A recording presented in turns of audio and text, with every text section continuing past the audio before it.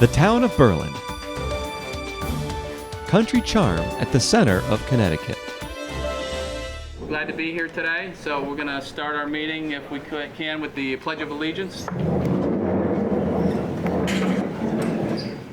I pledge allegiance to the flag of the United States of America and to the republic for which it stands, one nation, under God, indivisible, with liberty and justice for all.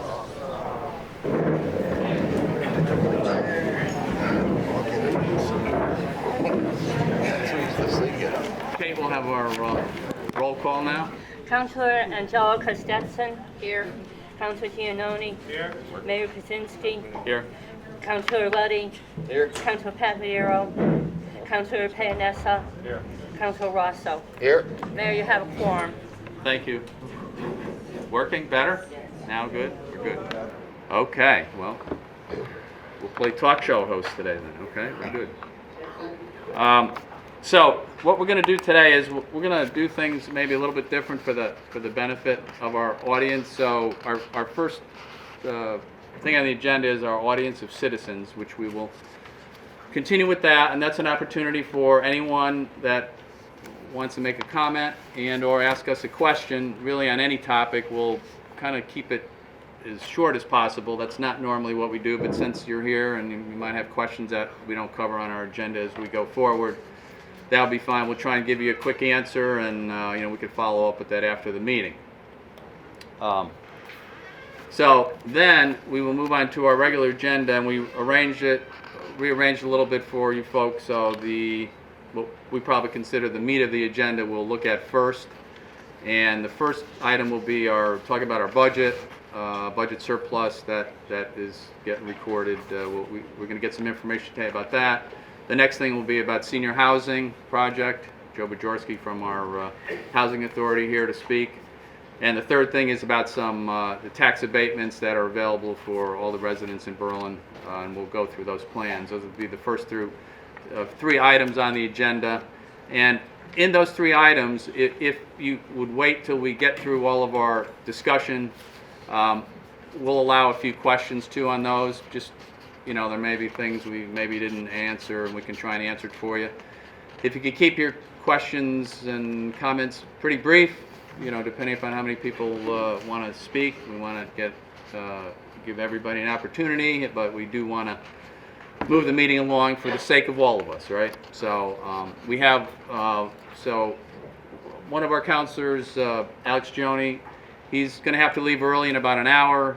Unfortunately, Karen Pagliaro couldn't make it today, and as you know, most of us work, so we had to fit it into our schedule, but we find it important to be here, so we got the most of us here that we could, so we can conduct our meeting. So with that, we'll go ahead and start. So with the audience of citizens, we have a young lady.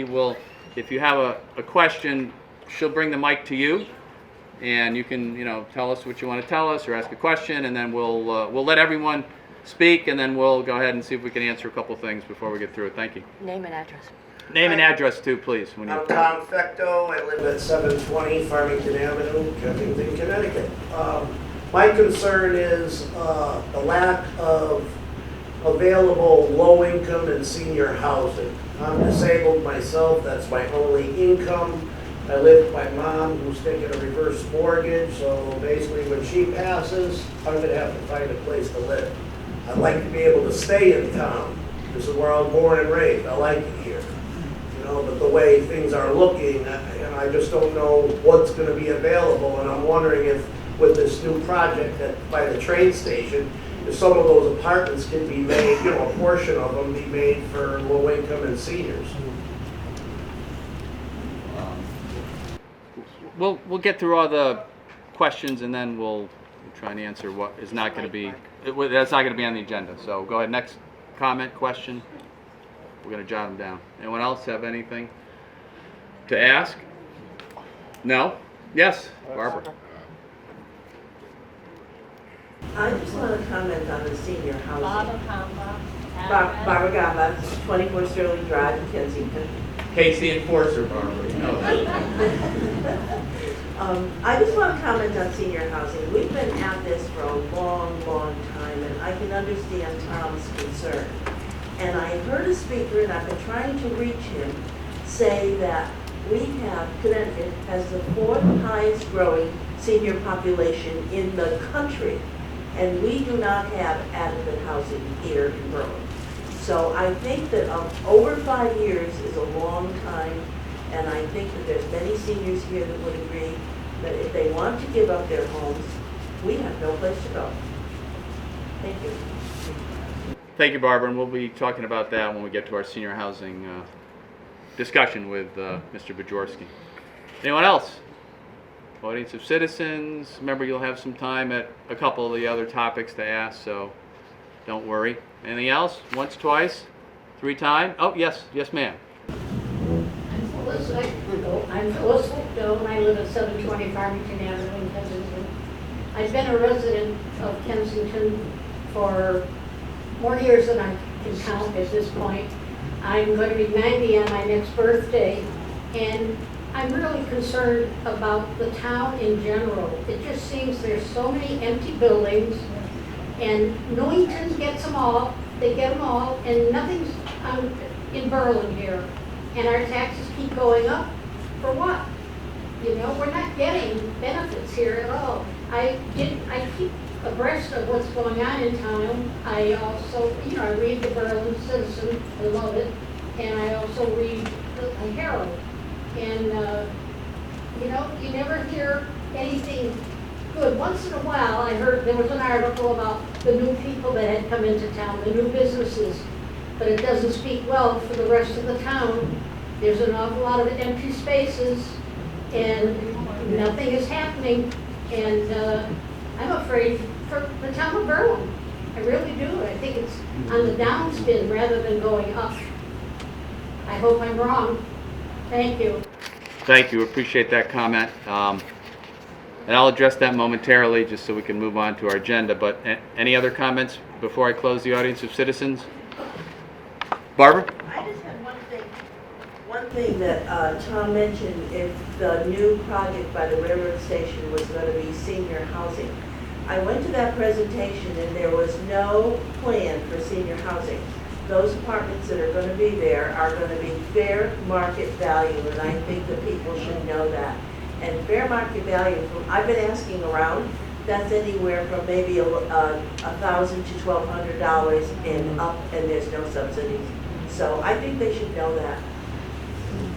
So we're going to have, rather than get into that today, but that is true, what you have stated, we're going to have, it's either going to be, I'm talking to the Economic Development Director, probably October 16th or 17th at the Community Center. We're going to have a presentation by town officials about economic development and the train station project, so we'll get into a lot of details about different things, and that can be one of them. We'll also have some updates with the community center as well, and of course we'll hear our senior housing update today, but we can reiterate that for that meeting when we have that, and we'll get that out as soon as we plan. We got a couple different days there, which will be in the evening, probably around 6:30.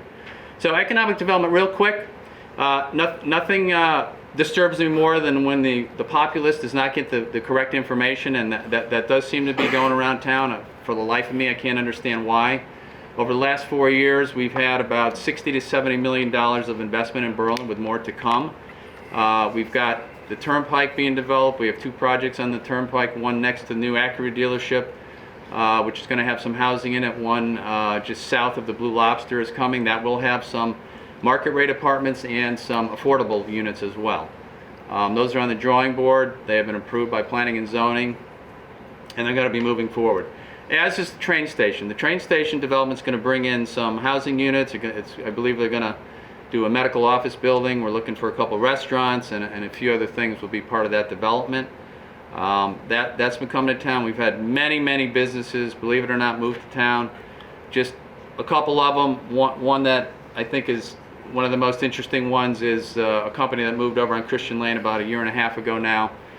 Steel Wrist, Swedish company, looking for a North American headquarters. They sell a particular piece of construction equipment that is used on every job in Europe. For some reason, this piece of equipment never made it to the United States, so this company who manufactures this equipment. It attaches to payloaders, and it moves like a wrist, hence the name steel wrist. So they were looking for North American headquarters. They decided on New York, New Jersey, and Connecticut. They chose Connecticut, and they chose Berlin. So that's a North American headquarters for that company. They sell their equipment out of there, and they sell it around North America. There's been many other companies that moved to town. Tom's Corporation, they're on their 7th expansion. They're a medical device manufacturer. Budney is looking to expand. Again, $70 million in investment has come to Berlin, and more to come. Farmington Avenue, I understand, people look at some of the empty buildings, and one thing that I always stress to everyone, I think all of us on the council try and get this information out there.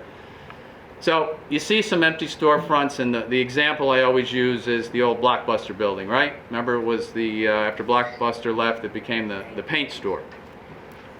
Great paint store, used to go there all the time. So one day a couple of years ago, the gentleman was moving out that owned the paint store, and I said, why are you leaving? Do you hate Berlin? Do you hate us? What's the problem? Is the government the problem? Are the people the problem? No. The government was great. The town government was great to deal with. The people all come in and bought paint from him, but the landlord who owns that building decided to up his lease payment and wanted a 5-year lease at, I want to say from memory, $5,000 or $6,000 a month. Crazy amount of lease payment. Man couldn't afford it. He had other stores, other places, so he had to leave town.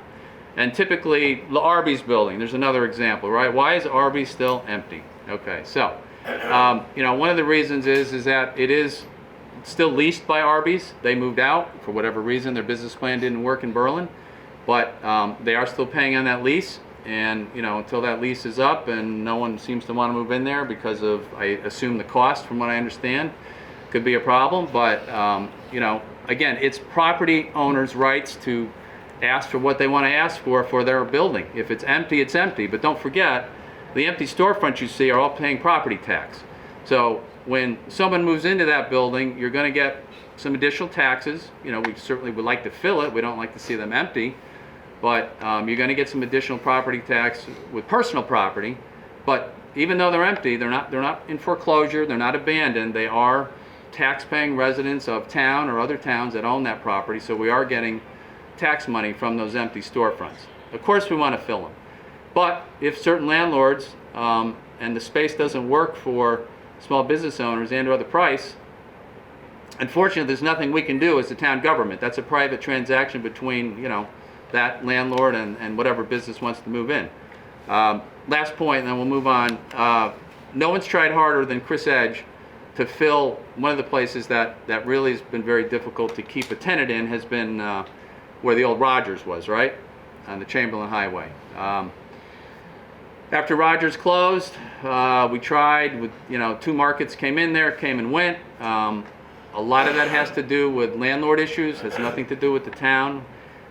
We bent over backwards. We've had a couple markets very interested in moving in there, but the negotiations with the landlord and the business owner broke down, and that's why it's the way it is. We have one last market is interested at this point, and they're in negotiations with the landlord again, but the landlord is the landlord, and the town can only bring people to the table and try and bring the parties together, but unfortunately the landlord wants what he wants, and the tenant knows what they can afford, whatever business they are bringing to town, whether it's up at Rogers or whether it's on Farmington Avenue, and if they can't meet that price, then that's what happens. So but I will say that with the train station coming in, I think that's going to spur a lot of places. We had a new building, a new business moved in across from Dairy Queen, American Embroidery. They moved into one of the buildings that had been vacant for a while, next to Sal's Gold Shop there. And we had the Busy Bean, as you hopefully some of you have frequented the new coffee shop there, and that's doing very well, bringing in customers from all over, not just from Berlin. So that's the thing we try and bring in. Economic Development Committee works very hard to solicit businesses for Berlin. And we've been very successful with manufacturing and companies and the new Acura dealership, beautiful new dealership. We've been very successful developing the Berlin Turnpike, which has been vacant for quite a while, some of these parcels, and now they're going to be filled. So there's going to be more tax money coming from these businesses. They're all relatively new in the last few years. and they've all expanded. One last business I'll mention because I find it pretty interesting. I didn't know about it till I became the mayor. Was Edro over in East Berlin. They make washing machines for the Navy. Okay, that's their specialty for the Navy. They're one of the few suppliers that make that type of equipment. They also are groundbreaking in that they came up with a design to make a washer and dryer for a submarine, because obviously in a submarine you have to run silent, run deep, right? It has to be quiet. So they never really had that type of equipment on a submarine, and they've been groundbreaking in doing a product like that for the Navy. So some great manufacturers in Berlin. They're all great taxpayers, and they all provide many jobs for local people and from around the region. So I disagree 100% that Berlin is on the upswing. And don't forget, Berlin sits in Connecticut, okay? And we all know what we've read about the business climate in Connecticut. We've all seen businesses move out, General Electric and all the others that are moving out. It's not the most favored state, unfortunately, to do business in for whatever reason. You know, I know everyone's trying to work on it and make sure our businesses stay and we get new businesses, but for Berlin sitting in Connecticut, we're doing very well. We are. And our mill rate is very competitive with Newington. In fact, our mill rate, I'm pretty sure, is lower than Newington. Even with all their businesses, our mill rate's lower than Newington. So please, you know, look around, drive around, look at the factories that are expanding, look at the businesses that are moving to town, and the businesses that have been in town forever, like Budney Aerospace, they're on their 5th or 6th expansion. So things are going pretty well. If you look at it in the context of Connecticut, and we're pretty competitive with most towns. So that's my little spiel on that. Yes? Just impart a little bit here too. I think another thing that's important to, better, hello? Yes, can you hear me? Okay. I think that one of the other things that's important that people recognize is that there's a societal impact here in something that's trending not just in Berlin but across the nation. And I mean, I don't know how many people here in this room do online shopping and do the Amazon thing and do, you know, but the bigger stores are cheaper.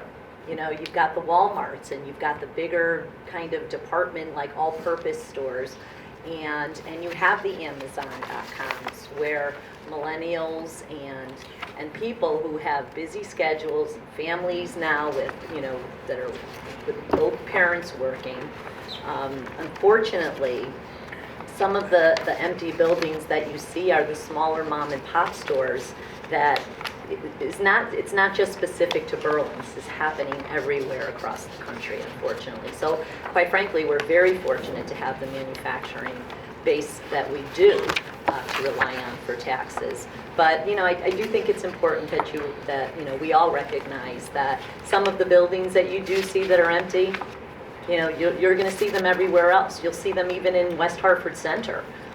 Businesses closing down because of the impact of online shopping and the larger all-purpose stores.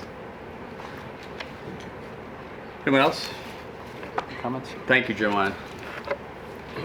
Okay, so hopefully we answered a little bit of that, got some of that information out there. And again, we will have a economic development forum coming up in the next couple of weeks. We'll make sure that date gets out on the town website and to the citizen. So let's just move along to our consent agenda. So we have 3 items on our consent agenda. We've all read them before. One of them is to accept a donation from the Friends of Redcoat Football. Another one is to approve traffic control fees for the Hungerford Nature Center. And the third is accepting some donations for the Berlin Memorial Library. So if we're all set on these, we'll go ahead and take a motion. Nope, sorry. So moved. That's all right, keep it simple. Second on that? Second. Second over there, thank you, Alex. If we have no further discussion, all those in favor? Aye. Opposed? So moved. Okay, folks, we'll move on to our first topic. Well, we've got to take a motion to Sure. move a couple agenda items. Okay, good afternoon, everybody. We're going to just make a little adjustment here. I'd like to make a motion to move topic number 6 to topic number 1, which is the operating surplus. Also to move topic number 5, which is the Housing Authority update, to topic number 2. And topic number 8, the review of the current tax credit programs here in Berlin, to topic number 3. Second. Thank you very much. Any further discussion on that? Done. Hearing none, all those in favor? Aye. Opposed? Motion carries. Okay, so we are going to be on our new topic number 1 is our projected fiscal year operating surplus. We have Mr. Kevin Delaney. You're on, sir. Thank you. Our budget director, finance director.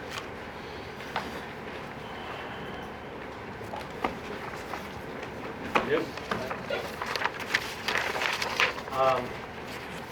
So I'll start by saying, I think Can I just everybody speak into received. the mic, Kevin? Maybe want to take it out or something, but. Can you hear me? Okay. Is that, okay. Is that better? Yes, All right. better. I think you all received the 13-page deck. I promise I'm not going to go through the whole thing today. Just want to cover it quickly, and then whatever questions you might have.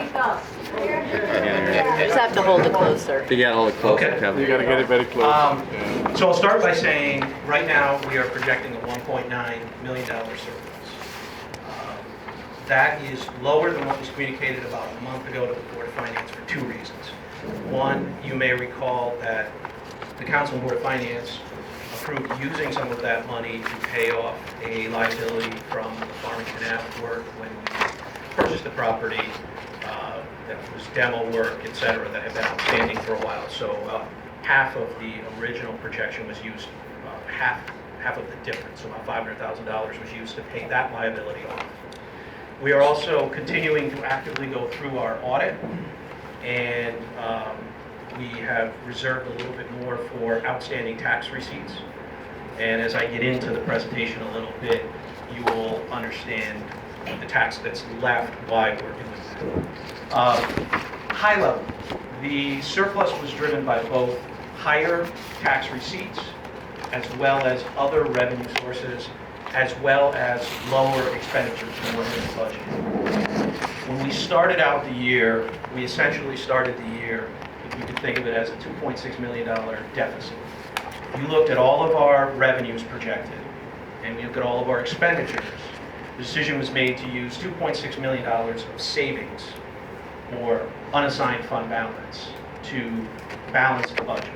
So essentially, we have a good savings account, and Council and Board of Finance, in adopting the budget, elected to use a piece of that to lower the mill rate.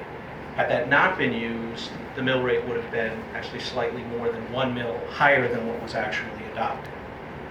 So as we went through the year, we continued to operate from the concept that if you didn't ask for it in your budget for all the departments across the town, then if it's not a public safety issue, the answer will be no.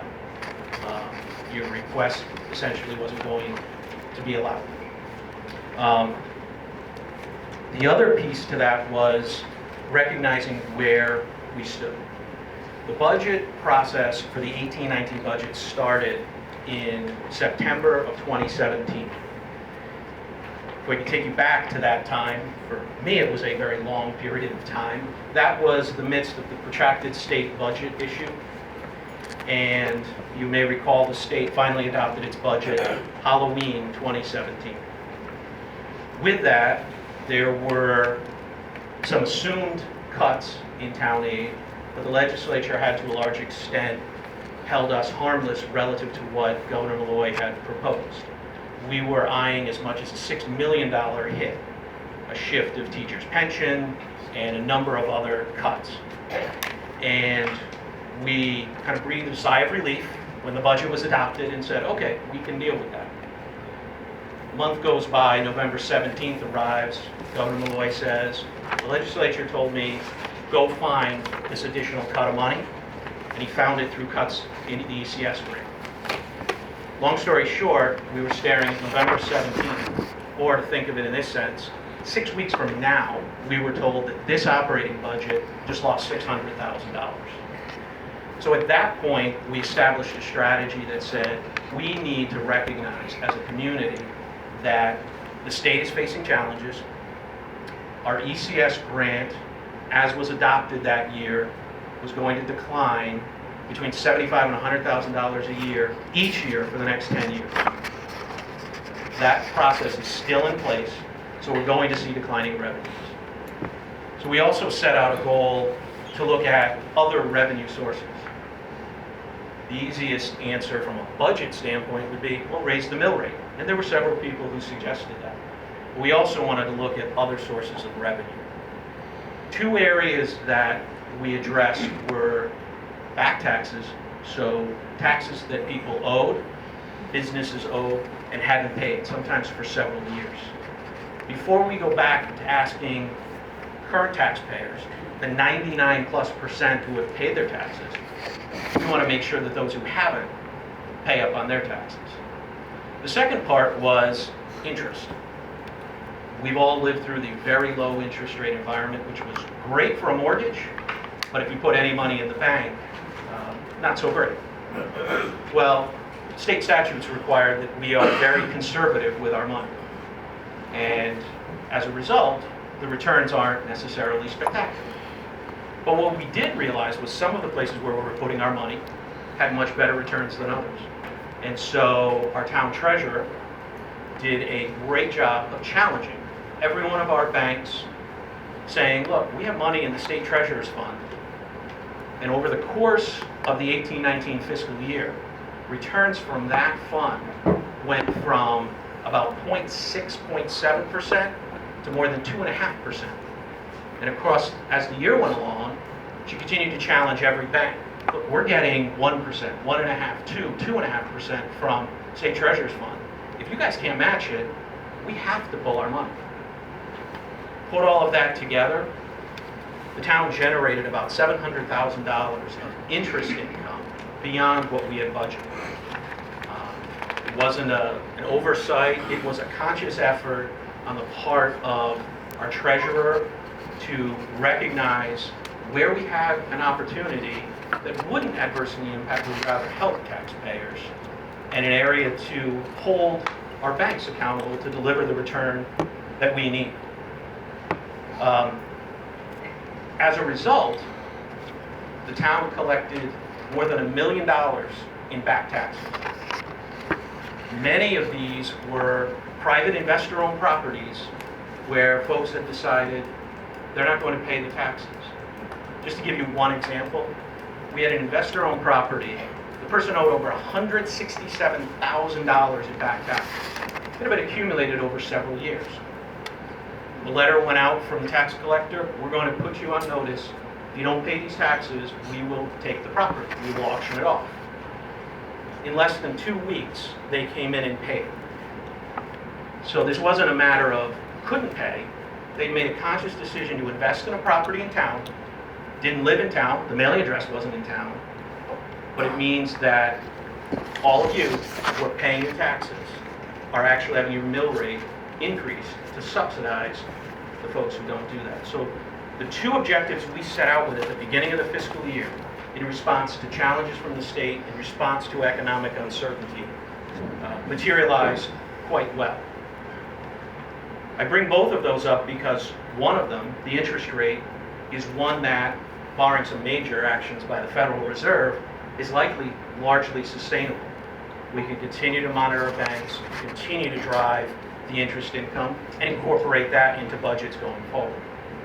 The second one, the back taxes, fortunately, once someone's up to date on their taxes, we've basically exhausted that opportunity. And that is why, as we look at the surplus, I would advise that it's prudent to evaluate many of these as one-time revenue sources and an opportunity to address our fairly high debt level, a low funding in our pension plan, and potentially some unmet capital needs, essentially matching many one-time revenue sources with one-time expenditure or liability payoff items. I'm going to stop there. I tried to keep it high level.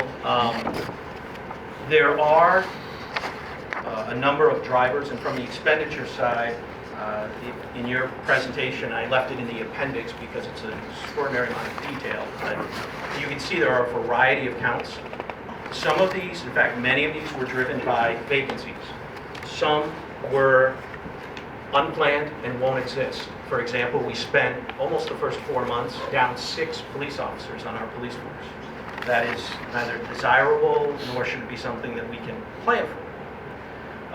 We spent the first couple of months of the year without a full-time public works director as we went to fill that position. You have a number of spots where there could be anywhere from 2 to 6 month vacancies and the related fringe benefits. We also have some other areas that I think will have to be addressed as we go into the next budget cycle. We are finally starting to see some of the benefits on electricity. We're starting to see that program come through. Not to the level of paying the entire lease, but it is starting to materialize. So I think there's an opportunity with some of those items. And then, I guess I was going to stop, but didn't. The last piece I will highlight for you is a risk and needs to consider chart that I have in there. There are a lot of capital items, capital responsibilities across public safety, infrastructure, education, things to consider, things to understand as you consider these funds and the use of these funds. The last piece, I promise this will really be the last piece. We have about $1.25 million of state grants expected to be used and available this year that are currently on hold. We expected to get $166,000 of town aid road money from the state. That comes in 2 installments, so $166,000 in July, $166,000 in the spring. That money in the fall is used for tree trimming. That money in the fall is used for repairing cracks in sidewalks and safety matters. That money could be used for stump work and other things like that. That money is not available this fall. It has to be, the budget was adopted by the state, but the legislature needs to adopt the bond package. And then once they do that, the bond commission needs to allocate the money, and then the grants can be available. The legislature has not adopted the bond package, so no one in the state is getting their TAR money. I put that out there as something that you might consider as you look at the surplus and realize money that might have been spent elsewhere. Truly with that, I stop for your questions. Okay, thank you, Kevin, for that information. It's a lot of information to digest. So just to, it was a little disturbing to me that there was a article, and I know you explained, Kevin, why it happened that way, but it was a little disturbing to me to see the front page of the Citizen one day, and as a council member, as the mayor, I'm sure all of us on the council felt the same way, because I think we were all, didn't have that figure of a $2.8 million surplus. And that came, I think that article was about a month ago maybe, right? So obviously our budget process was long gone, the final referendum, and the budget was adopted in June, so it was very disturbing to me because we tried very, very hard on the council to keep our mill rate low and to obviously have a budget that is acceptable to everybody in town and doesn't raise their taxes too much, however, it doesn't cut services. So to see we had a $2.8 million surplus was really disturbing because we wouldn't have had a tax increase year if we had that money in our hands, quite frankly.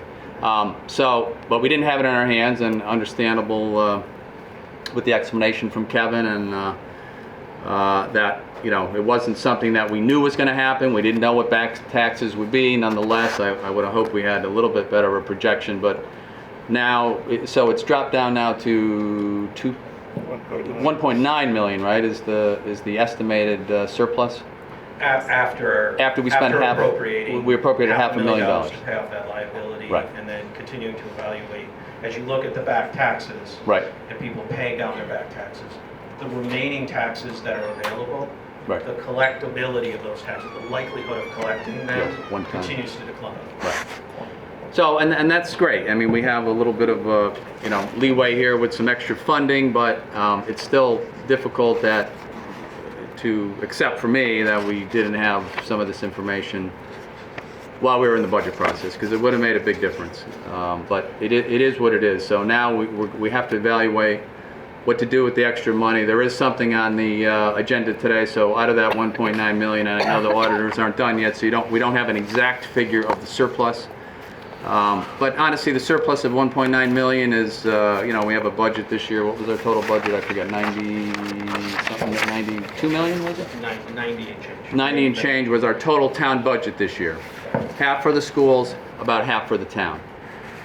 So although it's a big number, I mean, it would have made a little, certainly would have made a dent in our tax increase. We didn't have that information, but so now we have to make a couple decisions. One decision today, there were some short-term notes that we want to pay off. We'll probably, you know, we'll see what everybody wants to do today, but vote on spending probably 400,000 of that to pay those notes down, hence saving us interest down the road. One of the things, Kevin, I appreciate you mentioning that, and just for the folks to understand is, 4 years ago, our budget, we were $100 million in debt. Berlin was $100 million in debt. That's a big debt. That's more than our budget. That's not healthy by our independent auditors' reports that I've seen for the last 4 years. We should probably carry a town our size with our tax base and our population. We should probably have about $40 million on any given year, and that's, you know, bonding for different projects. And obviously every town you have to bond. You can't always pay for that out of taxpayer money. We have to bond and borrow and pay as we go. So we're well over that 40 million, and I think we're down to what, 90, what are we down, 95 million now, 100 million, or 95, 90? It's down. It's down a few million. Obviously the payments continue, much like you pay your mortgage, so the principal starts going down, but it's a very high amount of debt. Some of it was the new high school. We needed it, but we got to pay for it now. So this year in particular, if you looked at our budget, one of the reasons why I'm going to say our budget, our debt payment on our debt, like your mortgage payment, was 12% of our budget was payment on debt. Some of that obviously includes principal and interest. So the debt goes down with that payment, but 12% of our budget, which was around, what was that payment, 6 or 7 million, does that equate to? What were we at? The debt payment. Closer to 9. Okay, so $9 million of a debt payment we had to make this year. If I had 3 million of that, there'd be no tax increase. $9 million out of our pockets to pay our debt. That's just the situation we find ourselves in. But the other situation with that amount of debt and why taxes have gone up, I think pretty reasonably, we've tried to be very fiscally responsible with it, is that there's projects that have to be funded, whether it's with the school. I mean, let's talk about the school for a minute. We spent probably about $1 million on security upgrades at all the schools. The most recent one was the adding of armed security officers, which we're in the process of adding to our school system. The elementary schools had no armed security. We had police officers at the high school, one each, and one at McGee. But our elementary schools are unprotected, and unfortunately today, it's sad. It's a sad state of our nation, but it is what it is. And definitely the council, the Board of Ed, the superintendent, town manager at the time, current town manager, we had to protect our students and our staff at the school. So, you know, we worked on it for about 1.5 years, and we came up with a plan, obviously, to bring in some armed security. They will be retired law enforcement. We've already hired the security director, and there's more armed security officers to come. We've upgraded the security vestibules at the schools, cameras, and there's still more to be done. But we couldn't let that go, you know, with all the issues that have been in the schools around our country, unfortunately, most notably one right here in Connecticut. We had to do something. So that was a big chunk of funding that probably could have funded other school projects, but that was first and foremost. So we did that, and of course we funded some other things for the schools, the school budget. Remember, the school budget can never go below last year's budget. It can only go up per state statute. So we always, you know, negotiate the amount, how much it's got to go up, so we keep all the programs in place and do the best we can. And we did that this year. But then there's the town side. So the town side has a lot of work that needs to be done as well. We're $100 million in debt, folks, 95 million now, and we had a police radio system that was failing. It's 30 years old, completely broken. There was a few nights that the dispatch center couldn't communicate to a patrol unit. So if you dialed 911, they couldn't talk to their officer to get to your house. Not a good situation to be in. We fixed that.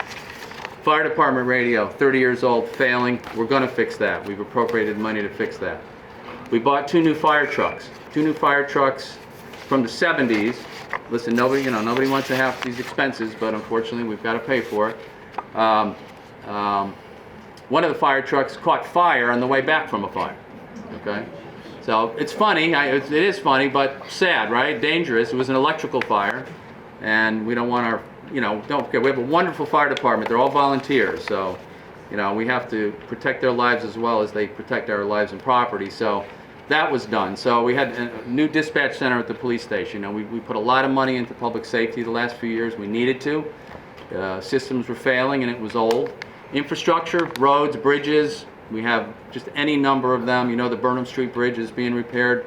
We all know that, right? Because it leads to some traffic problems on Farmington Avenue. Unfortunately, that should be done quickly, I think, by the end of October. I believe that's supposed to be in mid-October. Okay, so we're almost done with that. That'll be open. We have other bridges that need to be repaired and replaced. We came up with a program, thank goodness. So we have 4 bridges that need some repair work to the tune of $1.4 million.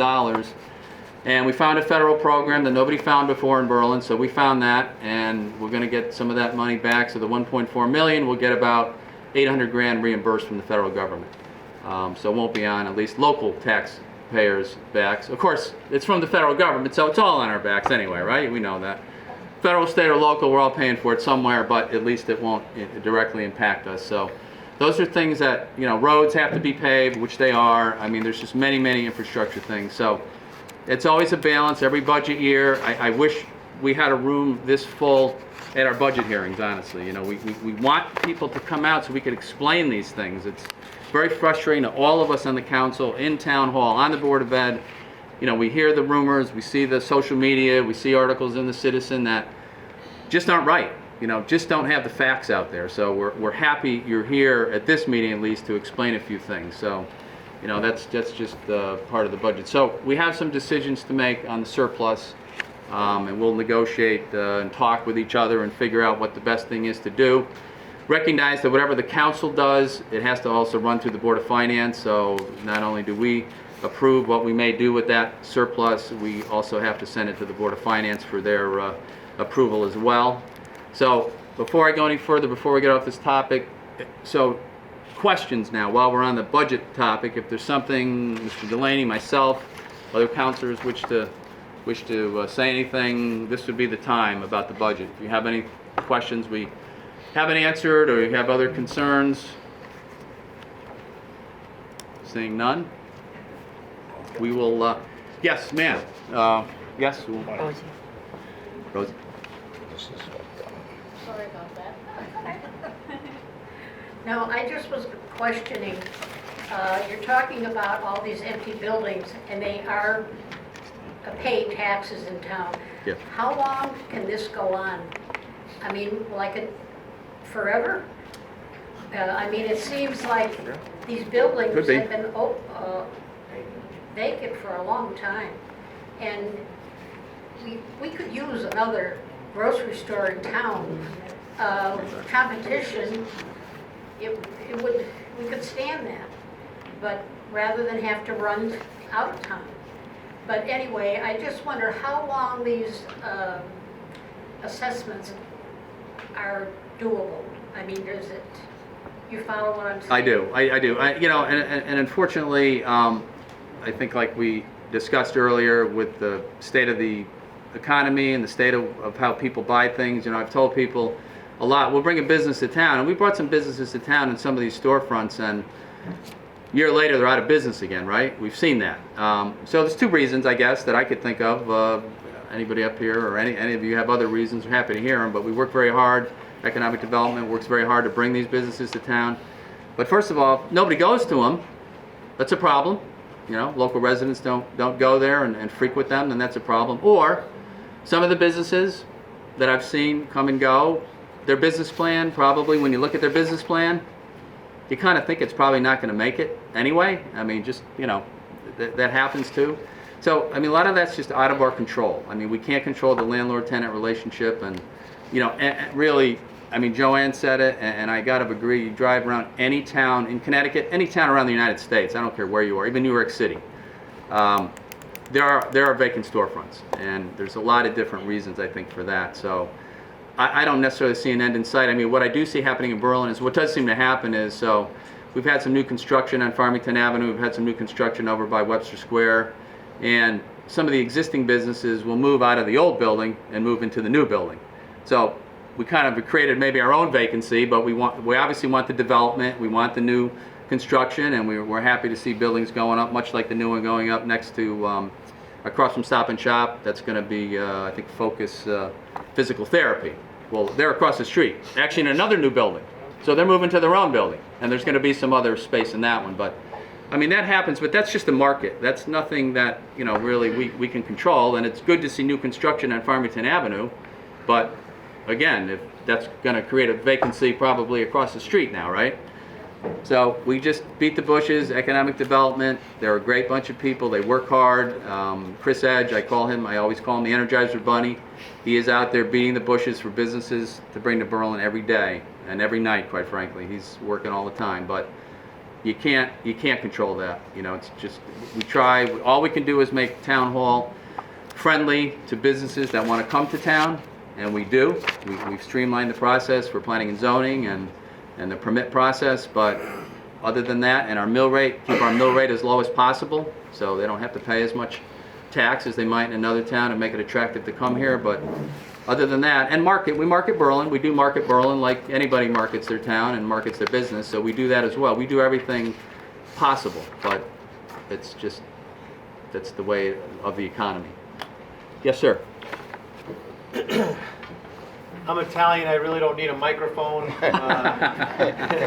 but it'll just make me that much louder. I think one of the things that that the mayor and Joanne haven't touched upon, and I believe it's on the agenda for our consideration too, is we also as a town offer a tax abatement program, which enables or entices companies to come from wherever else they're coming from to town, to invest in town, to build in town and develop in town.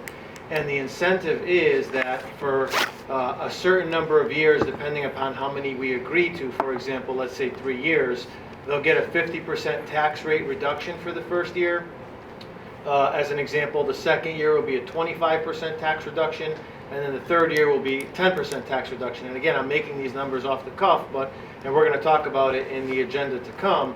But those are all examples of what our economic development director does and the town council do to try and entice companies to come from wherever else they are, preferably out of town, to come and develop in Berlin. Hey, come here. This is the sweet package we have to offer you. And we actually have had a lot of companies take us up on that. And I think on the agenda we have two companies that have also taken us up on that also. So you could say, in one regard, hey, we're giving up tax dollars for a couple years, but if they spent all that money to buy a building, 50, 60, 70 million dollars, chances are for the taxes, they're not going to want to leave after that third year, because who wants to build another building after that? And not to mention you have to sell that building. So it's another way in which we get people here, we increase our reach and increase the tax roll. Thank you. No? Okay, so if we have no other questions from the audience and the councilors are good, the only thing I would like to bring up, and we have one thing on our agenda with the surplus is 1.9 million as it sits right now. Obviously, the auditors will have the final figure in a while, probably another month or so. But in the meantime, we will deliberate today on the $440,000 payoff off the short-term note. That would leave about 1.5 million or so, correct?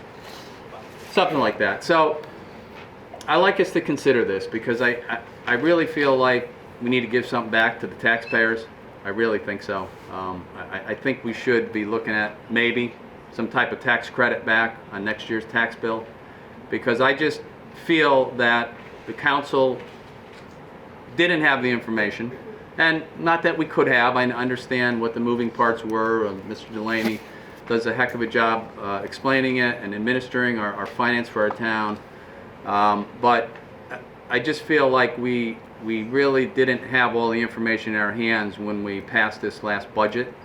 So I'd like Kevin and the town staff to just look at what, I know there's other things to be used. We need other things with the $1.5 million surplus. I don't know how much of it should maybe be kicked back to residents in the form of like a tax credit on your tax bill next year. But it may be, you know, a small amount, I don't know, maybe $100, maybe $150. I don't even know what the figures would be. I don't even know, you know, we have to go and look at that. But I think it's certainly worth looking at. You know, we've all had to suffer through the economy, and we still are in Connecticut and in Berlin, and I think we're doing really well. But if we have an opportunity to maybe give a little bit back, I think we're in pretty good shape. We just got a AAA bond rating from S&P and Moody's, and we're running the town very, very fiscally responsible. So what's that? Yeah, so we really should look at maybe a little bit back to our residents that have certainly our seniors, but everybody, every property owner. So I'd like to see if we can deliberate that a little bit. You know, we can talk about it right now if we want to, and we'll maybe put some type of program together for our next council meeting on the 15th and see if we could maybe take some votes on that, and maybe that's the way to go with this. You know, we have a pretty good fund balance, and we can do better. We can put a little bit more into savings. We do have some unfunded pension liability, unfortunately, as well, but sometimes you got to give back to the people that are opening their pockets. So, you know, that's my proposal. Anyone else wants to speak on it? If not, we'll task that with Mr. Delaney to study that a little bit with us and have some more information on what we could do with a program like that. Just so I'm clear, you're proposing a, like a better phrase, a check back during this year to residents? Well, you know, I'm not sure how that would work. I would prefer not to certainly issue a check because that costs money too. So I don't know if there's a way to make it really a tax credit on our bill next year. I don't know, you know, and that's the mechanics of it we could discuss, and how much that might even be with what's left in the surplus. So that's why it's really just it's a topic for discussion, but one that I'd like to, you know, kick around and the next few weeks a couple of weeks before our next council meeting, and see if that's a possibility. I mean, believe me, there are any number of projects that we could use the surplus for. There's certainly more debt we can pay down, and I think that's all got to be on the table. But I don't think anyone's mentioned that maybe we kick a little bit back to our taxpayers. So, because if we had this money, if we knew we had this amount, we would not have had, I don't think we would have needed a tax increase this year. Now, we didn't know, and you know, some of it is because of the state uncertainty with that. We didn't know we would collect in back taxes, so there are reasons why we didn't have it in our hands June 1st, but nonetheless, it's here now. So I think it's worth part of the discussion. Anyone else? That's it? We good? All right, thank you. Thank you, Kevin. Appreciate it, and we will go on now to topic 2, which a lot of you are interested in, is our Housing Authority. Mr. Joe Bajorski, welcome.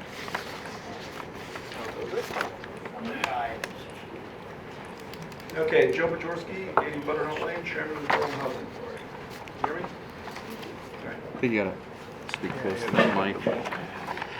Okay, I'd like to say hello to everybody. I'm here to update you on the project. I know some of you have not been to council meetings and have not been to the Planning and Zoning Commission meetings, so you probably are not aware. So if you would indulge me, I will take a few minutes to kind of brief everybody on this project. You gotta hold that right up, Joe, I We think. gotta hold it next. Yeah, Doesn't go any taller. How's that? there you go. Better? Okay. Yes. So, for those of you who have not been to the Planning and Zoning Commission meetings and been to the Town Council meetings, I'll take a few minutes and just brief you on the project. We started this project with a vision. It took some time to assemble a development team, identify the funds that are in place to move forward with pre-development funding, and then go through a 3-year process to get this project approved through the town planning and zoning, inland wetlands. We had to revise planning and zoning regulations to allow the project to move forward. Upon conclusion of that project, or the revisions to planning and zoning, getting all our approvals in place, we went ahead and initiated an action to close on the deal. Yeah. At that point in time, we discovered that there was a deed restriction placed on half the property, roughly. from the state of Connecticut on the Knights of Columbus property because monies were used from the state to purchase the property. The deed restriction prevented transfer of that property to anybody other than the town of Berlin. The Berlin Housing Authority is not a town department. We are a quasi-governmental agency specifically set up to operate independently of the town and provide affordable housing opportunities for residents in this community. So as a result, they could not transfer the property to us. We went through another 2 or 3 year process with the state trying to come up with a solution to the deed restriction, which eventually turned into a ground lease. So the state would allow us to ground lease the property, and in turn we could go ahead and move forward on building it. So then we ran into the Malloy administration, which at the time had issued an edict basically saying that senior housing was no longer a problem and they were now going to focus on affordable housing, family affordable housing. So in their qualified allocation plan, or the QAP, they deducted points for age restriction, right? So that's what we've been dealing with up until now. This January I had a meeting with the outgoing Commissioner of Housing. She was not receptive to our arguments. She was shortly replaced in March by the new Commissioner of Housing, Sila Mascaro-Bruno. Her committee, she's taken some time to get her people staffed. She has deputy commissioners and managers and the like that she needs to bring on board. But basically, we do have a meeting scheduled with her in October. Let's see, the CHFA, another agency that is involved in this process, is the Connecticut Housing Finance Authority. They provide administration of the low-income housing tax credit. The low-income housing tax credit is a program that allows utilities to buy tax credits and fund certain projects throughout the state of Connecticut when it comes to housing. The CHFA administers that. They, again, because of the change in governors, had a new CEO appointed. He was recently appointed as of September 26th of 19, and he doesn't take office until November 1st of 19. So we were dealing with acting people in those positions, and nobody really wants to make a decision until the new CEO is in place. We have a meeting scheduled with them tomorrow, however, so keep your fingers crossed, hopefully it goes well.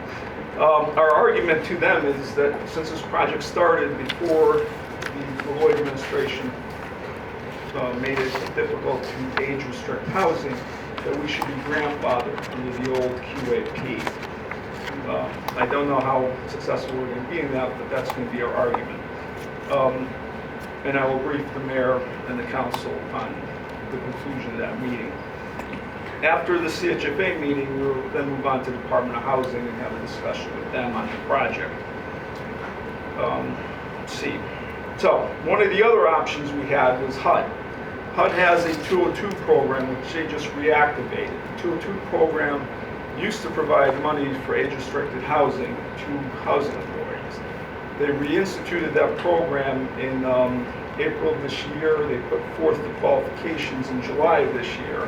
And we discovered that they had changed the qualifications for the project.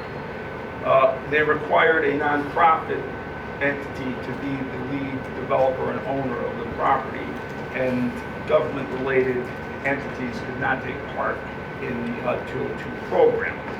So that precluded us from moving forward on the 202 program, and we basically left the low-income housing tax credit. Not to get too much into the weeds, we have a development partner.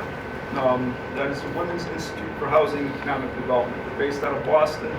They do a lot of work in Connecticut based upon low-income housing and age-restricted housing and the like in the state of Connecticut. They are... Joe, hold your mic up. Oh, sorry. Yeah. They are the driving force behind, getting a lot of these applications placed, getting the necessary funding in place.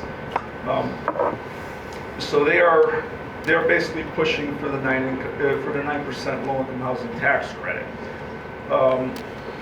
That being said, I had them model out several different situations, for lack of a better term. One of them was market rate. Somebody here mentioned market rate interest. So in absence of any federal funding or state funding for this project, I was looking at doing a simple market rate project with financing from a bank. Unfortunately, the project is too small. The rents will not support the debt service on a market rate development. All right, so that's out. The 4% tax credit again runs into the same problem. The only viable option here is a 9% tax credit funding source through the state of Connecticut Department of Housing and CHFA. So again, the preclusion against age restriction really makes it difficult, and that's what we're kind of addressing right now, is trying to get the state to either grandfather us or change the QAP. With reference to the QAP, they had a meeting in April where they solicited input. We provided input, basically saying that seniors are a growing demographic in the state, and by no means has the housing problem of affordability for seniors been solved. So we'll see how that goes. They have not issued new guidelines under the QAP for this year yet. Hopefully they will. In our conversations with the new commissioner, she's open to lifting those restrictions against age and allowing us to move forward with the senior housing project. But we have nothing in writing as of now. Like I said, we anticipate a meeting in October to address that with her. Any questions from the council or the public? You guys have questions? So I appreciate you coming here and updating us. You know, it's been a very frustrating process for those of us in the Housing Authority and the council in town. I know we're waiting for more units. I know there's a waiting list. Planning and Zoning approved this, I don't know, 5 years ago, 7 years ago. I was on Planning and Zoning then. 7 years, folks. This is the problem with government funding, okay? This is the problem, quite frankly.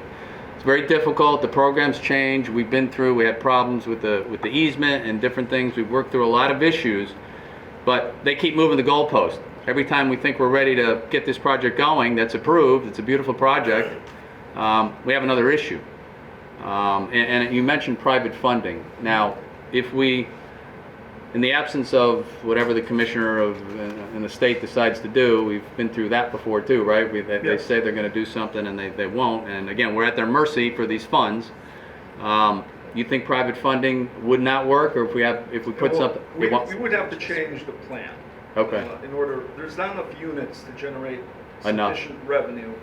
And if we did 50 units by what we needed to cover debt service and operating, Right. it would be probably like $1,500-$1,600 a month for What- rent, what- which is not. No, and that's not the point that we want to accomplish. So what would they be? Need more units?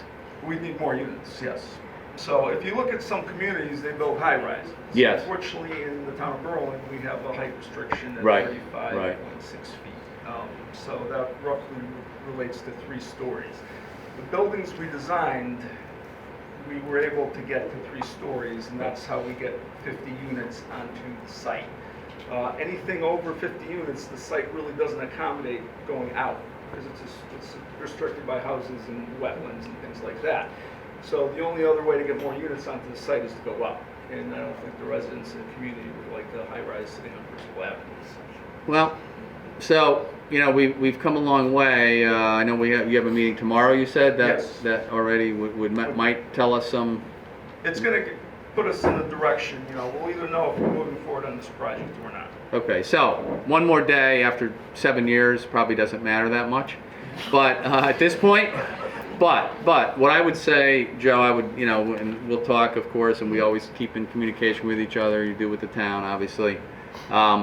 Whatever happens tomorrow, I mean, we've all been waiting. Everybody that lives in town, we know what we need to do for our seniors and what we want to do. The council or not, just everybody in town knows it. So I think, maybe we have to go back if it looks like they're just not going in the right direction, or they're going to delay it some more, which I just can't believe they won't. I'm sorry, I just don't. I'm not very hopeful based upon the 7 years we've gone through government changes with programs and financing. Joe, no one's more frustrated than you, I understand, in the Housing Authority. But maybe we need to look at the project, and maybe we need to make some changes. I don't know, but I put a considerable amount of time into this, and my goal is to get it built. Oh, I know. What do you call it? You know, like I said, at this point, the numbers just don't work. Yep. Even from a private sector approach, the revenues are not generated to sustain private financing. Yeah, I get it. The only viable plan is the 9% housing tax credit, and that, again, is a uphill slog based upon the state of Connecticut. Hopefully, they can make the numbers work and allow us to ramp up this project or change the QAP. And you'll know that again when, Joe?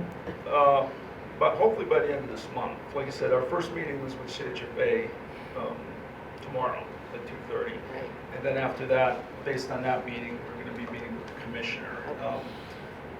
We've involved Representative Arasimowicz in this process. He's been very helpful in getting us into the commissioner's office to actually sit down and have a meeting with her.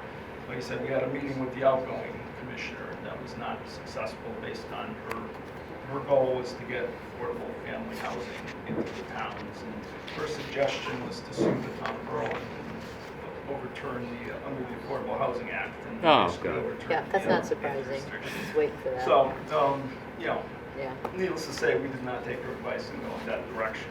So, you know, that being said, we have been working, and we're not a one-trick pony here. We're not just focused on Knights of Columbus. So we have been working with developers on amending the zoning regulations. Especially, we issued some letters of support, and we worked with the developer on the Berlin Turnpike zone to allow them affordable housing onto the Berlin Turnpike to provide some additional opportunities. That one developer that's building around the Blue Lobster area, he's going to have, I believe, 300 units when all is said and done. So there's going to be some additional opportunities out there. But again, none of these developments are an easy thing, and there's all kinds of hurdles that need to be overcome, from environmental to zoning to financing. And you know, everything could be going smoothly one day, and the next day the interest rates go up, or something happens to throw out the numbers, and then you're back to square one. Charlie? How much, excuse me, how much money do we need to build this thing at the Knights of Columbus? 13 to $15 million. Okay, $15 million. We have no problem supporting our schools. We spend all kinds of money on schools. We spend $500,000 recarpeting a football field. We need to support our seniors and the people in need. But we're of housing. Well, so the councilman said that basically for 13 to $15 million, we have no problem supporting the high school, supporting the athletic fields, things like that. And I guess the direction of your question is, why can't the town of Berlin or the Berlin Housing Authority provide the money to build this project? Well, that's one of my questions. Yeah, this is moving ahead at the speed of government. I wasn't a senior citizen when you started talking about this in front of the council, and now I am. I'm approaching it, so. And it just baffles me that we would be patient for 6 years. I understand how hard you've worked. I can't believe how much effort and patience you've had. But at some point we have to say, well, it isn't working, guys. We got to come up with a new plan. No one can't hear you. You gotta hold the microphone right. Right to your mouth. Right to your mouth. I'm sorry. This project has been going on for 6 years, and we need to move forward. And we spend money on a lot of other things. Perhaps it's time the town thought about bonding this or finding another resource. I would be receptive to bonding. The Housing Authority has no bonding authority, so we cannot bond ourselves. The monies, under the rules of HUD and the State Department of Housing, the monies for Percival Heights and for Marjorie Moore have to be spent on Percival Heights or Marjorie Moore. So I cannot take the monies that we earn from there and indent it towards any kind of bond. I've looked into that. So absent some kind of financial support from the town, the Housing Authority on its own cannot provide the necessary monies. If we could, we would. You'll have the town, when we originally structured this deal, the town's financial contribution was going to be the Knights of Columbus property. That roughly works out to $1.4 million value as it is right now. We were going to undertake the demolition and the cleanup of the site upon transfer of title, but again, that's something that we can revisit if the council wishes, and there's bonding monies available that'll make because we can raise various portions of the $15 million. There's various different tranches which we can pursue to get to $15 million. The 9% low-income housing tax credit gets us, that's the biggest rock in the bucket, so to speak. So that's the largest portion of money. So it wouldn't be $15 million in bonding, it would probably be closer to $8 or $9 million in bonding when all is said and done. If the town council wishes to do that, I'd be more than receptive, because we're ready to go. So, Just something I think we should look at, because waiting for the state to come and save us doesn't seem to be a good plan. We no, gotta and take the care of state, ourselves. like I said, the housing officials we've dealt with in the past have all been focused on family affordable. And again, we can go in a family affordable direction, but the Planning and Zoning Commission has a stipulation on age, and this has to be an age-restricted development. So we cannot, without Planning and Zoning's permission, move in that direction. Now, if we were to go family affordable, we could market towards the elderly, but, if a family came along, we couldn't exclude them from the project, so. Thank you. Yes, sir. Using the word Wait a senior. minute. Wait a minute. Hold on. You wanna? You need my name and address Yes, again? please, Tom. Tom Fecto, 720 Farmington Avenue, Berlin. You've been using the word senior development, senior housing. Does this include disabled as well? I'm 54 years old. I'm not of the senior age yet. Oh, believe it or not, in 1 year you will be.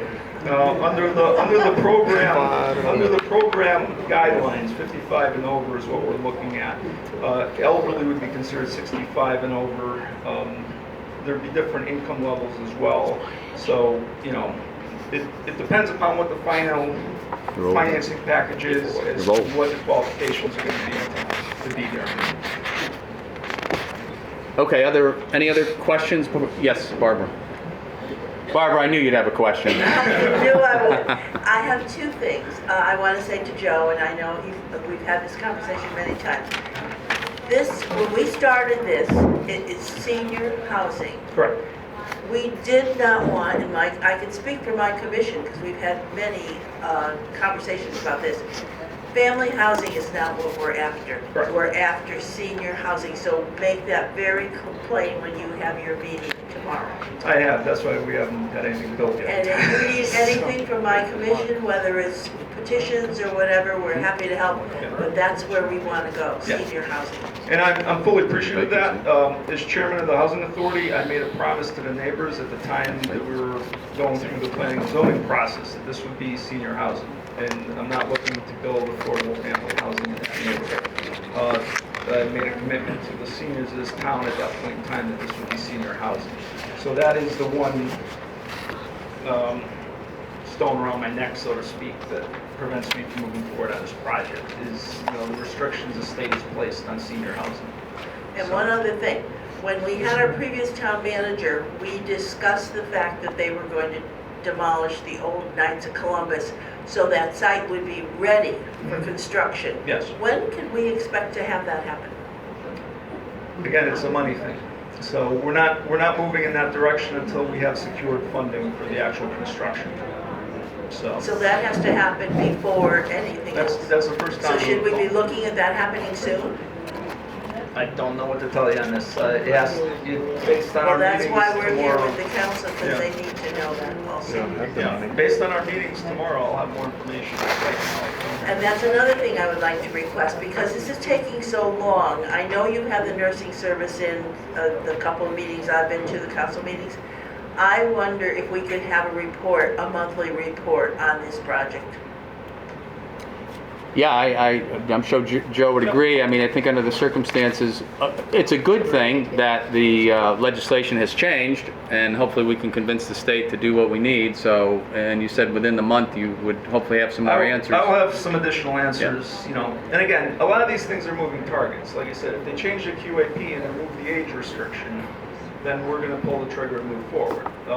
If they don't, then, Well, they've got to be moving in our direction, because we've been at this a long time, so, this is... I think you need to go up to the Department of Housing and see how... I'd be things move happy up to there. write or do whatever you need to have Yes. us do. My commission is fully in support of Perfect. senior housing. I would write to the Department of Housing, the Commissioner of the Department of Housing, and to explain to them the need for senior affordable But I won't housing. have that letter by tomorrow, so you'll Well, have no, to. I mean, we're not going to have a decision by tomorrow. Okay. You know, nothing at the state level works that fast. So Okay, so I'll get those names from you in the future. I will in the near forward. future. Yes.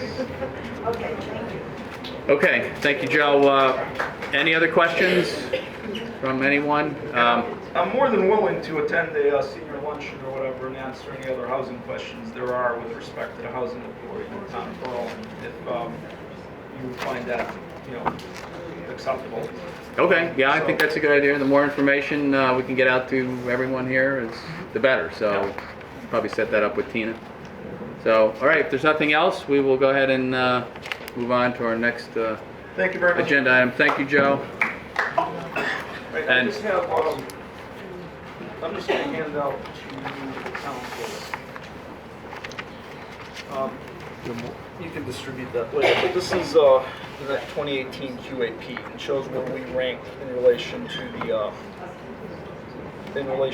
the scoring process. Oh, okay. And additionally, that 9 points for the senior housing, that's how it hurts us, so you can review that. And that's the letter in the 202 that shows the qualifications for you. Okay. Do you Thank want you. me to have copies of Yes. that and I'll scan them for everybody Yes. or send them out? That'd be great. Do Thank you you. have copies, Lou?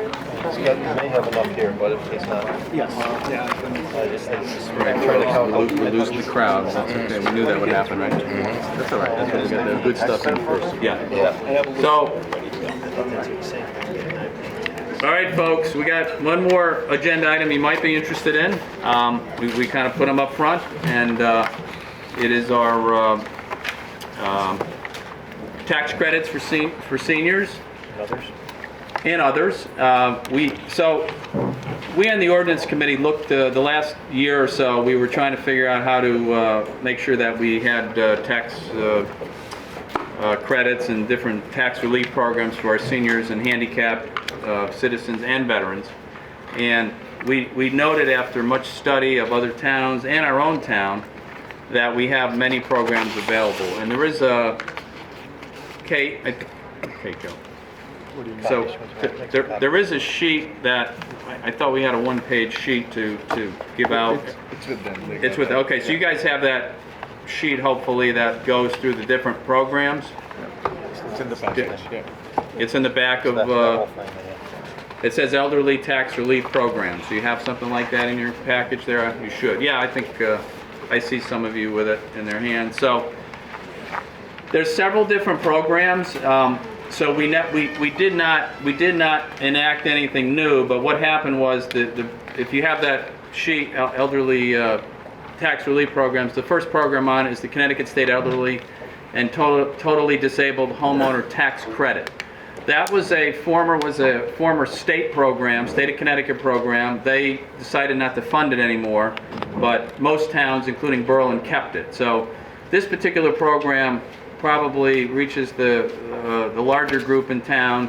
I believe there's about 180 participants in the program now in Berlin. There is a sliding scale. Obviously, it has to do strictly with income. It ranges from $18,000 on the low end to $43,900 on the upper end of income. But remember, that's adjusted gross income, so that's the income. We'll take the top of the income level, $43,900. You know, with the standard deduction today, that just changed to what, $24,000 or whatever your tax situation is. That would be higher than that. That's the adjusted gross amount. For that, there would be a $250 credit, and as your income goes down to, you know, $36,000, there's 5 or 6 different levels. That's not on your sheet, but that's at the tax assessor's office. You go up to, at the lower ends, you're up to $1,250 as a tax credit. So that's a very viable program. Obviously, many people in town are taking advantage of it. We wanted to make sure that you're aware of these, and please come to Town Hall. You can see the town manager, you can see the tax assessor, and they will help you look at these projects, and you tell them what your income limits are and what the requirements are, and they will get you through if you need to. There's another program, there's a deferral program which is not very popular, understandable. There's a deferral program with your taxes where you could defer your taxes and freeze your taxes in place. One of the people living in the home must be at least 70. The downside to that program, why no one likes it, is it adds a lien to your house so let's say this year you're 70 and you decide to take advantage of this program and freeze your taxes on whatever you're paying, let's say $4,000 a year in property tax.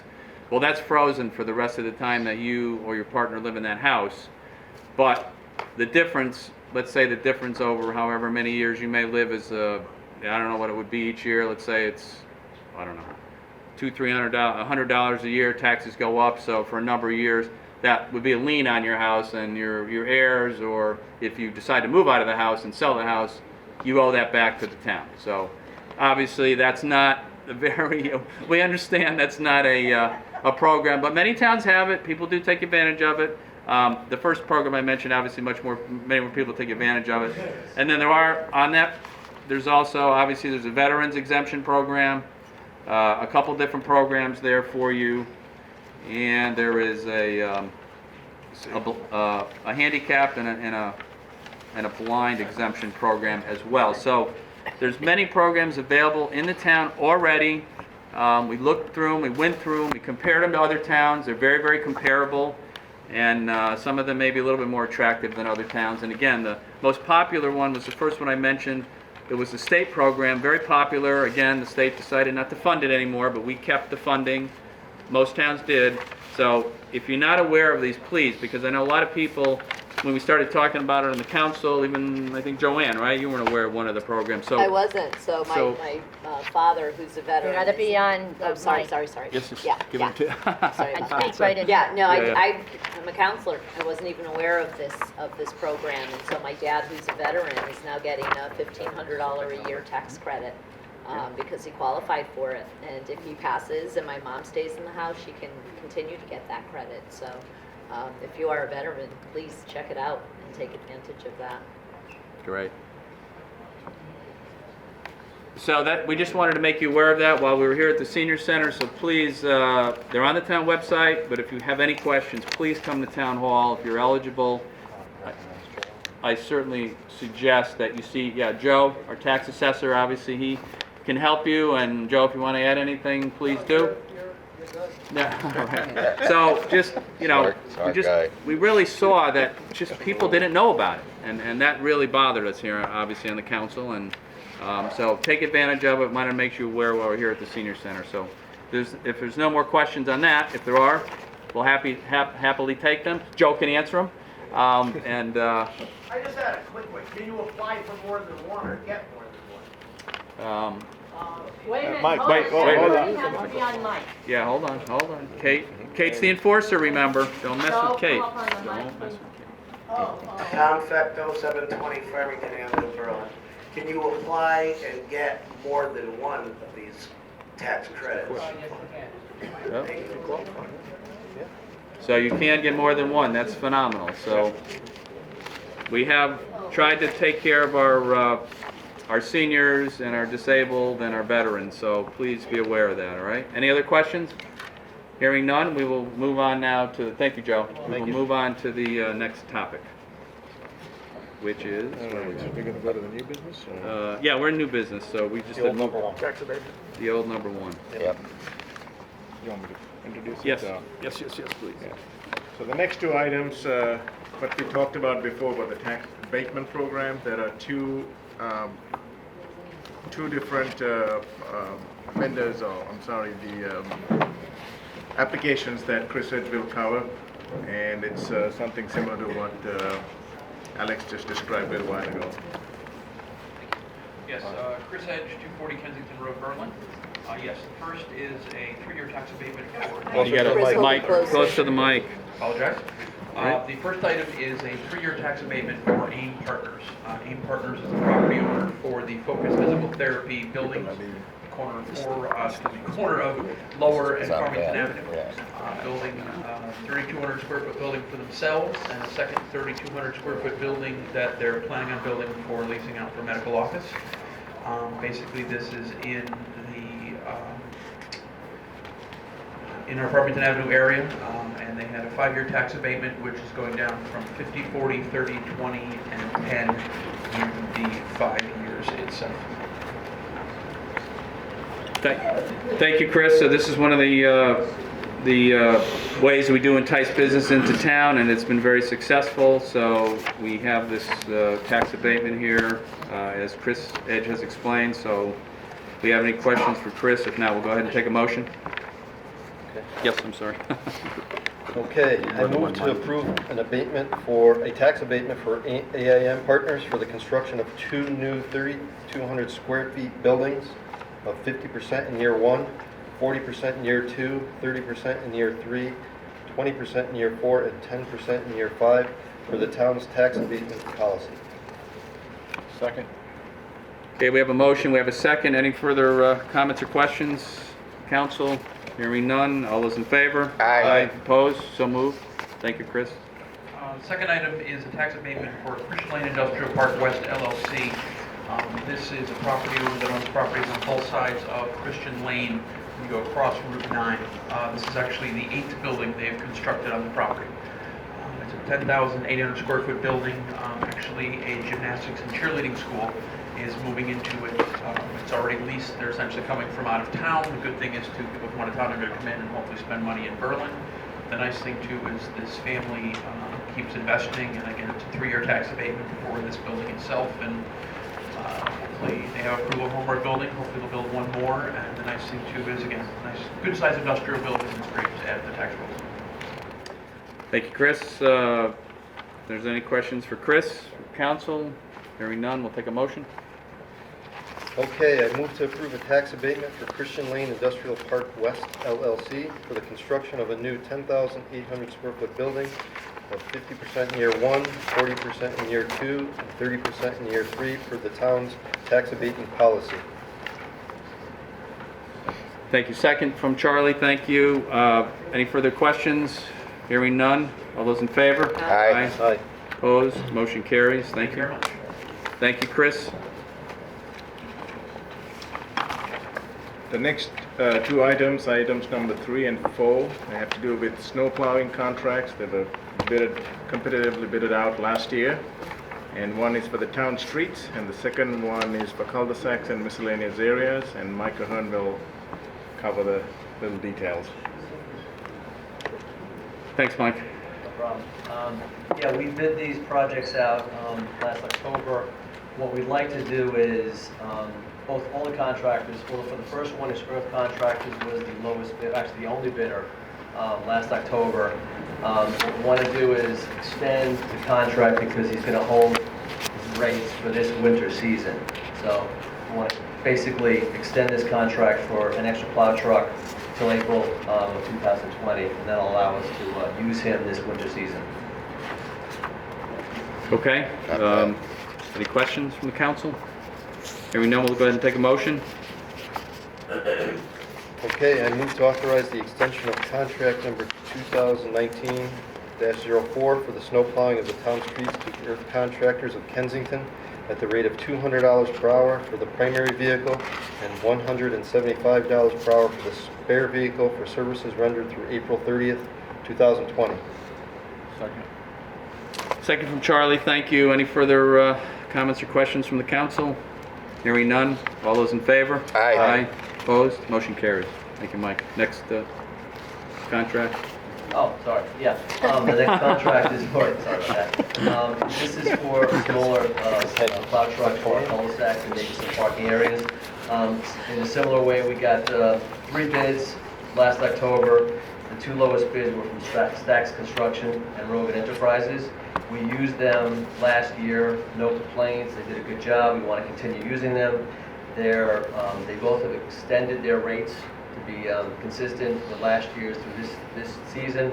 So we want to extend the contract until April 30th, 2020, and we can use them this winter season. Thank you. Any further questions for Mike from the council? Hearing none. Take a motion. Okay, I move to authorize the extension of contract number 2019-05 for the snow plowing of cul-de-sacs and miscellaneous areas to to Stacks Construction Services of Berlin at the rate of $145 per hour, and Rogan Enterprises LLC of Berlin at the rate of $160 per hour for services rendered through April 30th, 2020. Second. Thank you, Charlie, for the second. Any further questions? Hearing none, all those in favor? Aye. Aye. Opposed? So moved. Thank you. Thank you, Mike. This is fun. The next item is the fiscal year 2019 surplus that we discussed, and we have a recommendation from our Director of Finance on assign some of that money to pay a note, and I would invite Kevin Delaney to present it. Thank you. Welcome back, Kevin. Always a pleasure. So, over the last several years, especially when interest rates were exceptionally low, we're talking 0.25% for short-term rates, the town would borrow money for various projects and utilize a 5-year payback schedule. In the process, the town would borrow short-term notes, and every 6 months would roll the notes, and once a year, pay down 1/5 of the amount.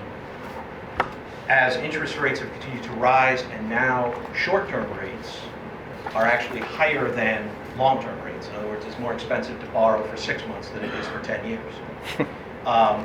This is really no longer necessarily the prudent strategy. Over the last couple of years, we've been unwinding, not putting new items in there to the best of our ability. In the current budget, we have $487,000, which is 1/5 of the remaining paydown piece. We took some longer items, roads and some funding for the dam, and rolled it into a long-term bond. What that will leave us when we make the payment in January is $444,000.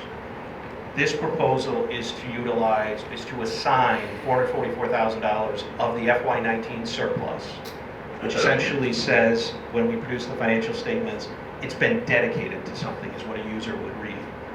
And then the second piece is to call for a town meeting. In the charter, anytime you're proposing any unbudgeted appropriation of $250,000 or $25,000, excuse me, $25,000 or more, or cumulatively $250,000 or more, which this is both, there has to be a town meeting. Residents have the right to vote on whether they agree. So it's calling for that meeting, which would then be followed by the council and the Board of Finance voting to appropriate the funds. Long story short, it's intended to, rather than roll $444,000 of bonds, to actually just pay off the short-term notes, and they'll be off our books, and our balance sheet will be a little bit stronger. Okay. Thank you. So we heard this as part of our talk about the surplus. This is part of it, which we can get rid of some of our debt here, which is always a good thing. So any other questions from Mr. Delaney from the council? Hearing none, we'll take a motion.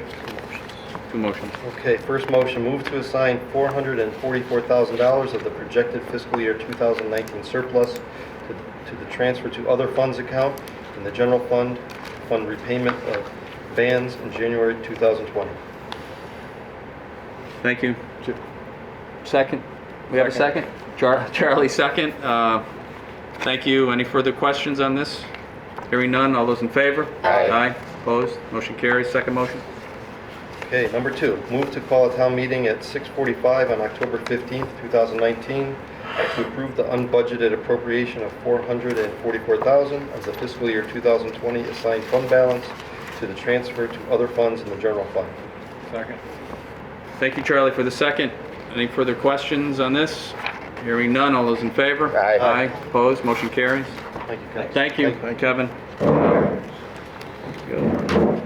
The last item has to do with our COT system, which is the electronic system that we use to record land records as well as dog licensing. And there's a change in pricing, and it requires council approval. And here's Kate Wall. Welcome, Kate. That's your Nice to system. see you all. You want me to? Okay, Yeah. so No, go ahead, yeah. Go right ahead. Keep it going, rolling here. one of the things I'm charged with by statute is to record all land records on our, in our land system.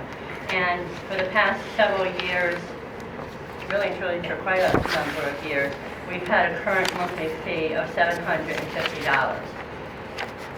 I would like to move this system, the software program, to the cloud so that if we have a business continuity issue, we can't operate out of town hall anymore, then we can go to any place else that has internet accessibility and be able to operate our town land record system. So in case somebody needs to come in and record, somebody needs to be able to pay off their mortgage, whatever the case may be, we can still operate even if I'm not at town hall. The cost, though, will go up to $900 a month. This does throw us over the $10,000. We are not supposed to be going out for a bid, but it is for only $800 more a year. It will hold for 5 years. The company's been wonderful to work with. I've had them, Joni Ward started with them back in 1972. We have, several years ago, we did go out to bid. They still were very reasonable and a good company. I support how the office has run, and I think it's been very good. Okay. Thank you. Any further questions for Kate? Hearing none, we will take a motion. Okay, good to go. Thank Okay. you. Thank you, Kate. Thank you. I move to waive the town's bidding procedures and authorize the interim town manager to sign a 5-year contract with COT Systems, Inc.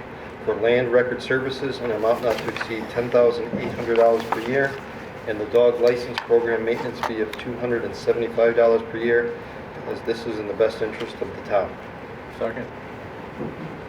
Thank you, Brendan. Thank you, Charlie, for the second. Any further questions of Kate? We've known about this program, so if we're all good, we'll go ahead and vote on this. All those in favor? Aye. Aye. Opposed? Motion carries. Thank you. Okay, that's our agenda. We just have a couple other quick things to... We've lost our audience. See how exciting our meetings are? They're so exciting, right? Everyone could...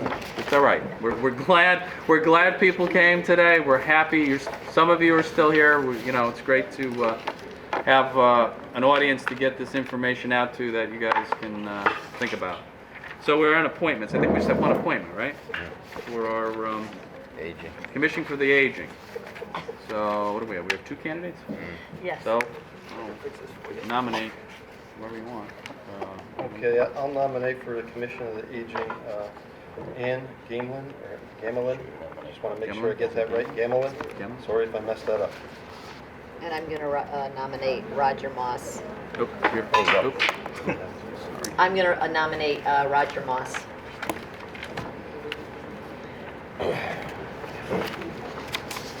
Okay, so we have 2 nominations. I guess we'll vote on each one, I guess, right? Just say the name. Yep. Or call. Yep. So the first one, Ann Gamlin. All those in favor? Aye. Aye. Next name, Roger Moss. Aye. All those in favor? Okay, so just congratulations to Ann, right? Yes. Okay, but again, we're glad we had a couple candidates. That's always good, and we'll fill up our commission for the aging, which we know Barbara will always keep running smoothly and be very active. So I'm glad we could fill that vacancy for you. And now where are we at? We are at our town manager's report. Yes, there you go. All right. Hello, everyone. I got a few items I want to report to you.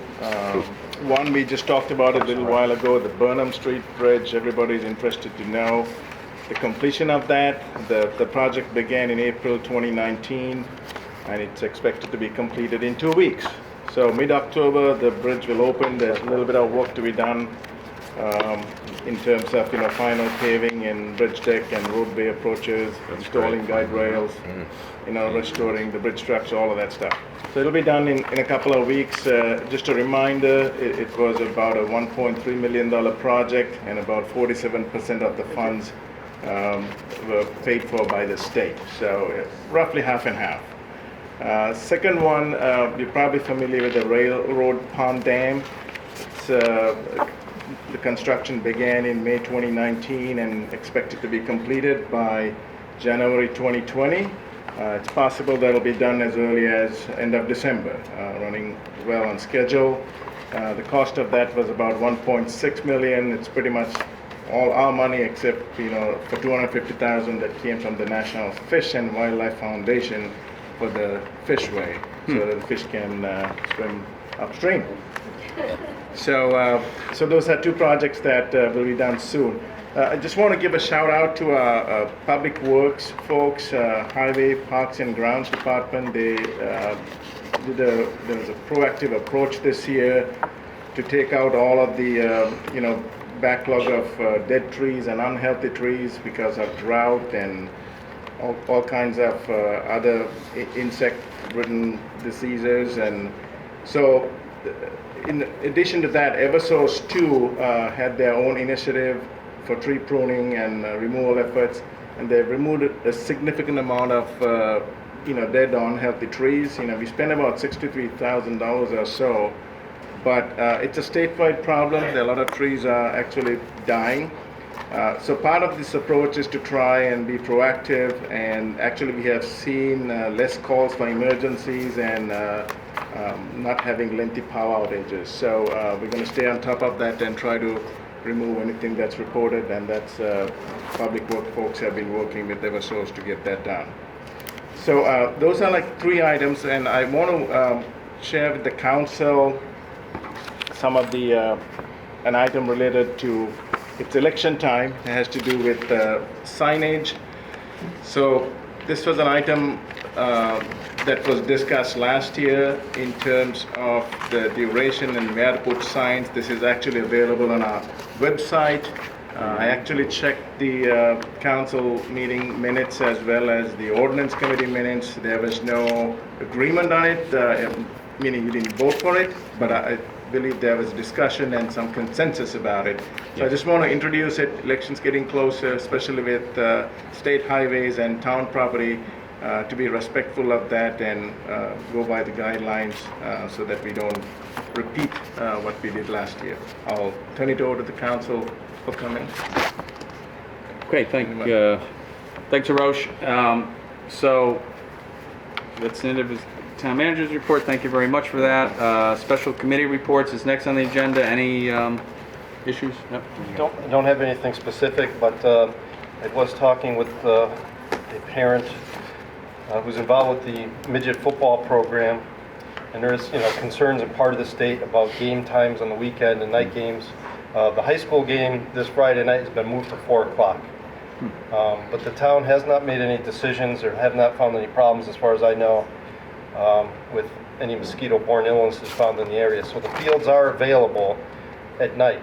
The town is preparing that way. I think parents should, if they're still worried, prepare their kids. Because one of the midget football parents told me if their kids don't practice, if they don't have the field time at night, they can't play their games. They need that time to practice. They do have some money available that they will spend if they have to play indoors in some indoor arenas around town, but they really would not like to do that. And they're just looking for support that the town, as long as there isn't a problem, that we keep up with it and make sure there isn't any problems out there. That was the only thing I heard about the fields, other than the field has come out great at the high school there, the Sage Park field. That's all I got. Great. Any other? I don't think we had any other meetings, right? Nothing? No. Okay, so we'll close that. We are on to councilors' communications. Do we have any council communications? Nothing here, nothing. Okay. We're good on that, ladies and gentlemen. So we will, one last item here. We have acceptance of minutes for our September 17th meeting. So we'll go ahead and make a motion on that. Okay, I make a motion to accept the Tuesday, September 17th, 2019 Town Council meeting minutes. Second. Motion by Brendan, second by Charlie. Thank you very much. All those in favor? Aye. Opposed? Motion carries. Thank you. So, yes.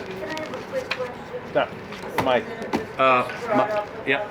Wait. Yep. Let's just get a mic, and we want to get you on camera and on mic here. My name is Barbara Stephanitis, and I live at 54 Hart Street, across from Paper Goods Pond, and across from the well-known swamp across the street, the B area. And I'd like to know if they're going to be spraying in this area. It's horrible already with mosquitoes. Is it? Okay. And the shrubs are taller than poles, Get it to the health department. you know, the utility poles. Yes. And I've even called, what you just said. Public Works? Eversource. Eversource, And they okay. won't help getting rid of the stuff You that's. have the address, We right? have 2 trees that are gonna knock down one pole and knock out the whole neighborhood. Okay, so do we have that location? So we will Yeah. look at that.